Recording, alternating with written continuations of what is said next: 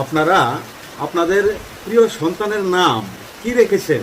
হয়তোবা ছোট্ট একটা শব্দের মাধ্যমে মিষ্টি একটা নাম রেখেছেন, কিন্তু আজকে আমি একটা এমন ফ্যামিলির মা বাবার কথা বলবো, যেই মা বাবার জীবনের সবচেয়ে প্রিয়, সম্মানী, মর্যাদা সম্পন্ন একটা শব্দ ছিল কৃষক।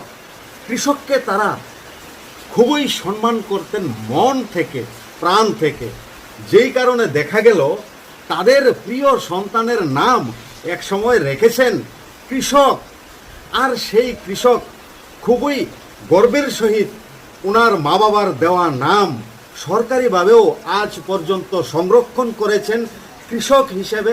ওনার টাইটেলটা আমি বলবো না, আমি ওনার মা বাবার প্রতি জানাই সহস্র সম্মান ও শ্রদ্ধা।